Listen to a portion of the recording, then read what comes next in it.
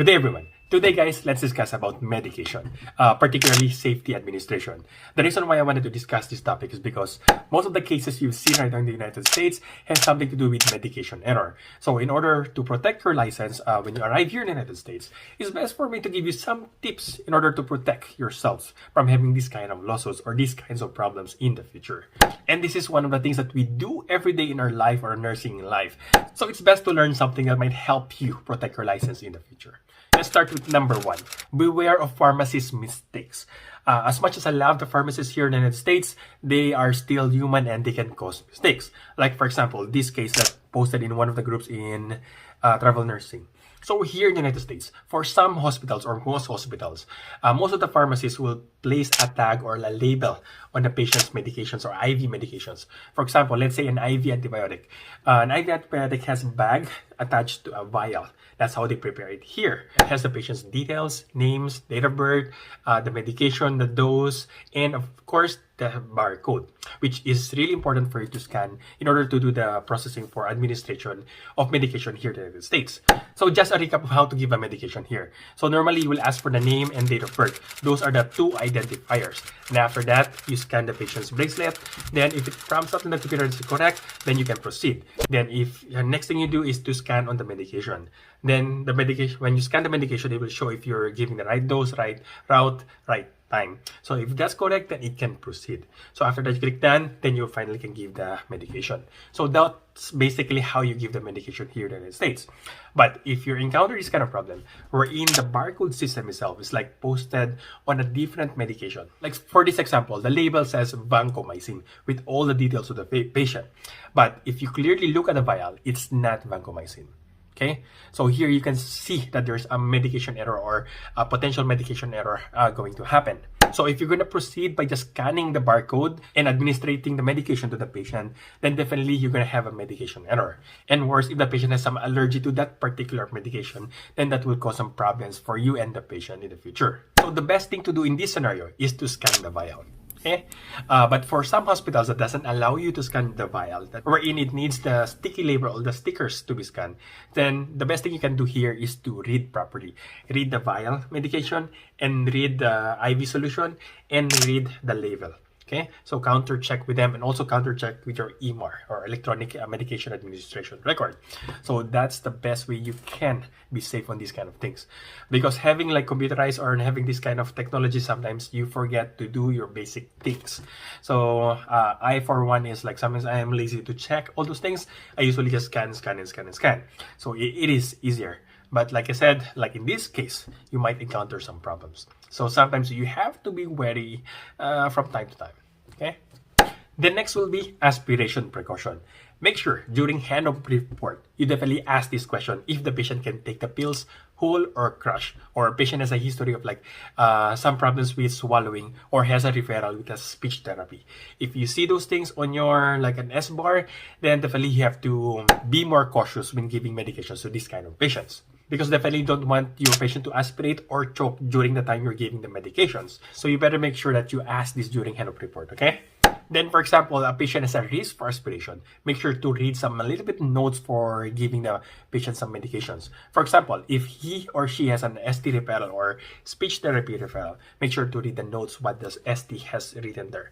Sometimes they will put in the patient might need some thickened fluids, might need the pills to be crushed, those kind of things. So those precautions. Additional precautions for aspiration precautions, I mean, is to keep them on like a high Fowler's position when you're giving the medication, and make sure that really up on the bed, okay? Like they're really propped up.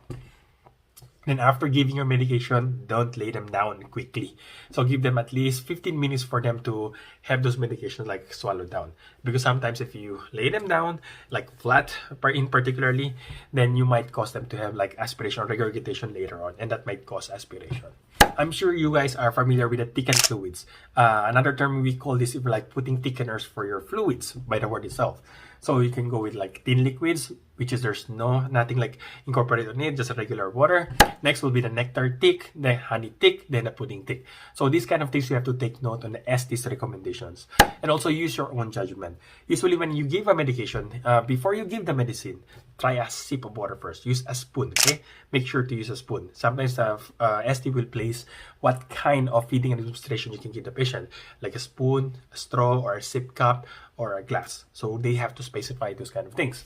So best for you, if you don't have an ST referral yet, start with a spoon, okay? Small teaspoon of water and try. If the patient tolerates it, that's good. If the patient coughs while giving it, you have to try something else, like more a thickened fluid. So try a nectar thick fluid. Or at least that's what we were taught during our training period, because especially during night shift, we don't have like STs during the night time. So we really have to find ways in order to be more safe during the night before we pass on to the day shift. The next is a crush pills with applesauce. Okay, here in the United States, whenever you crush a pill, normally you give it through an applesauce or something like a thing that the patient can swallow easily. Most of the hospitals here do have a ref that has a couple of things. They have the crackers, they have an applesauce, they have pudding, they have milk, they have bread, they have few kind of things that are usually found in every hospital. Then usually for medication, especially when they are crushed, we're usually giving it with applesauce. Okay, that's how one of the things is really different versus back home in the Philippines or in Singapore. So if, example, for me, I have a medication that needs to be crushed.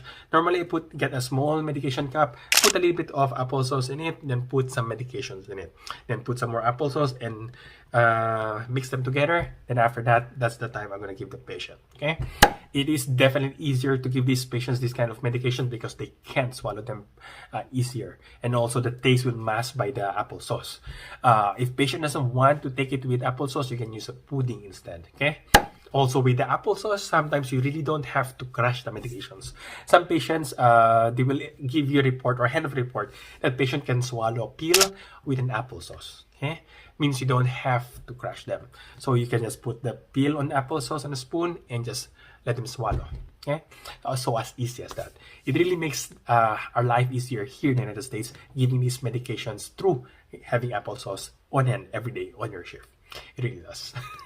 The next would be the Lexicomp, or checking for the IV compatibility. Here in the United States, we just don't normally give medications altogether just because they have a line. Here we have to check if they are compatible to run together.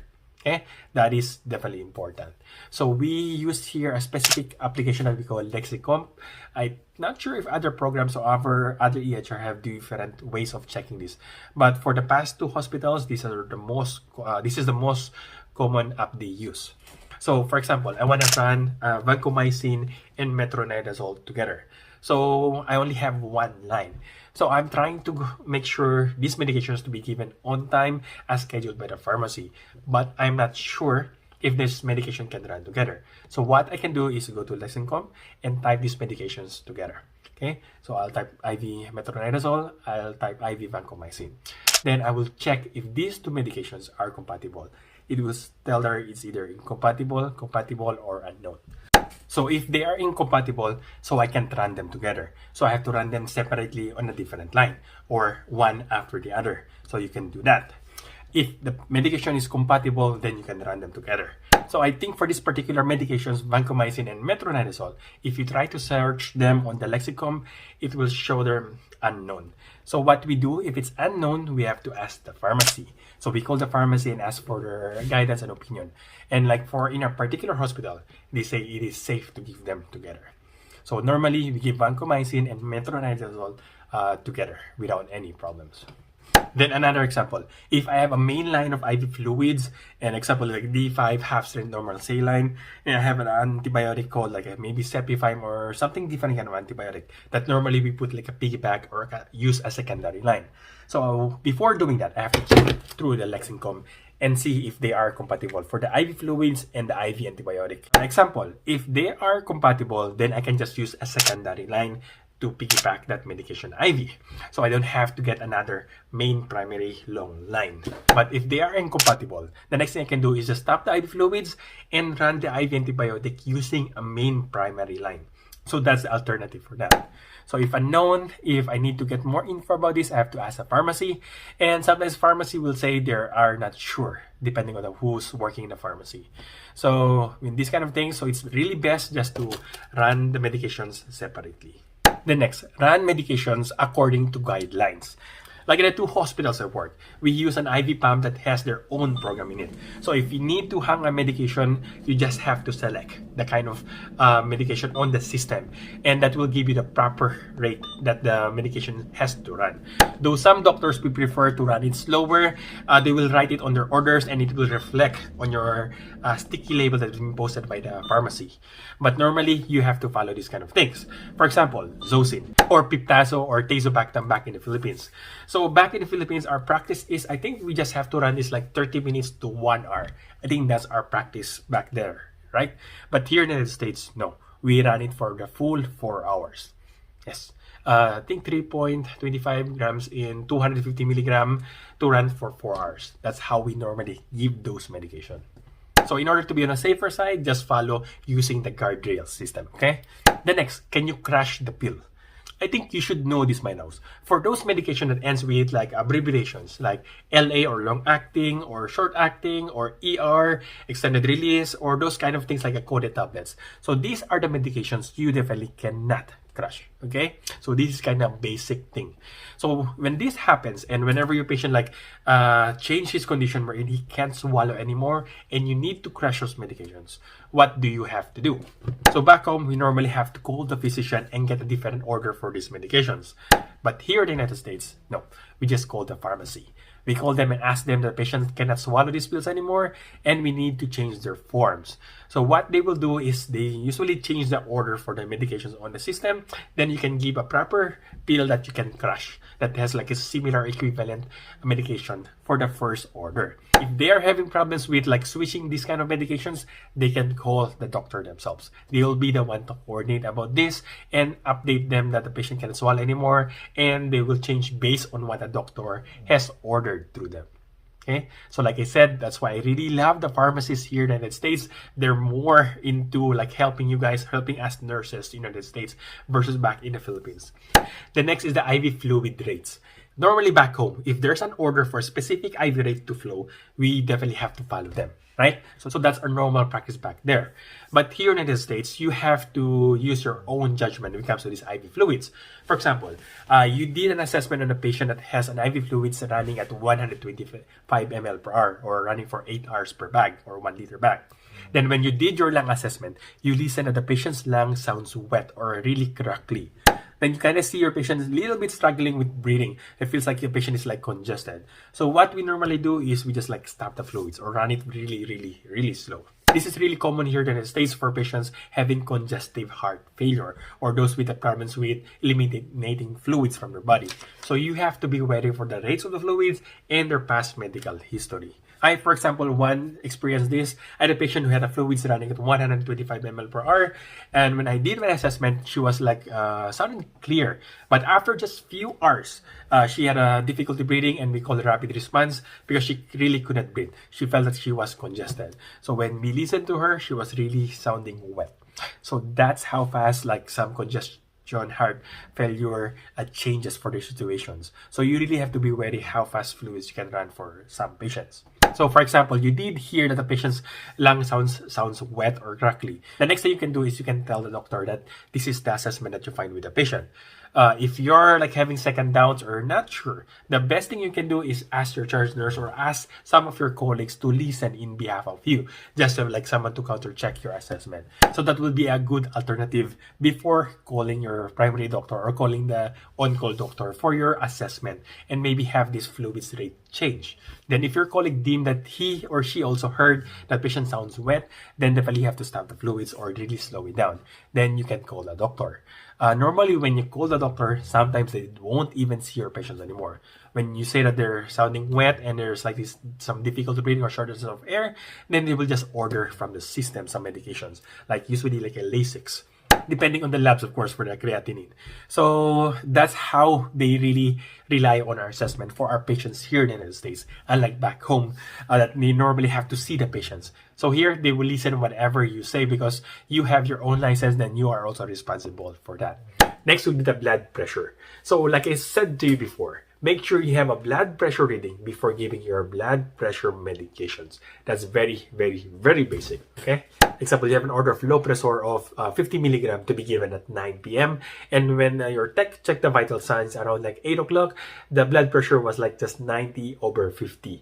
So for this, definitely try not to give it, okay? Don't give the IV medication or blood pressure medication, I mean.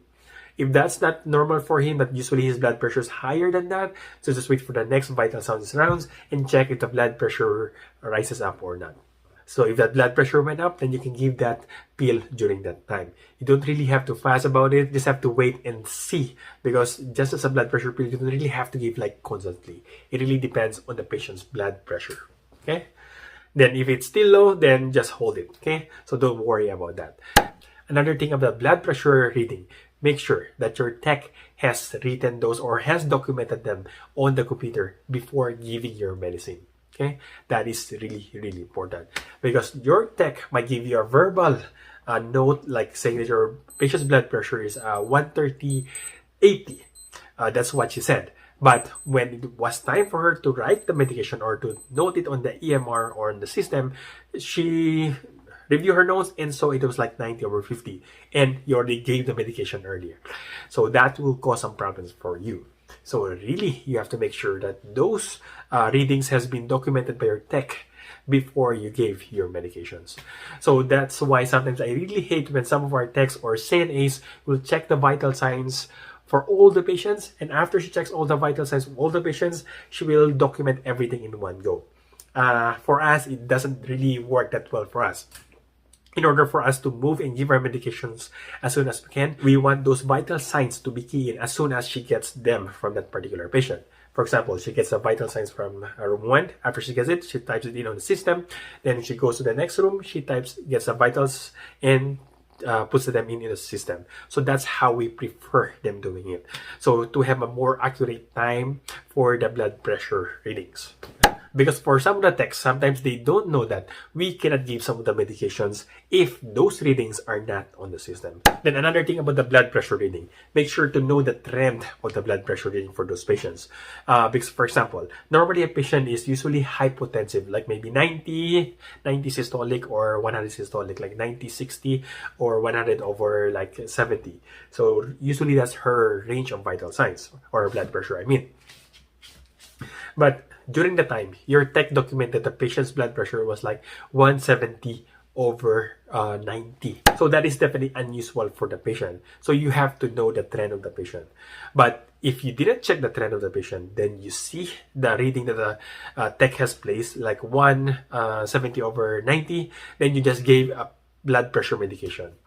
And later on, you might have some problems with that. Because like here in the US now, we have some problems with getting CNAs or techs because we have shortages of them as well.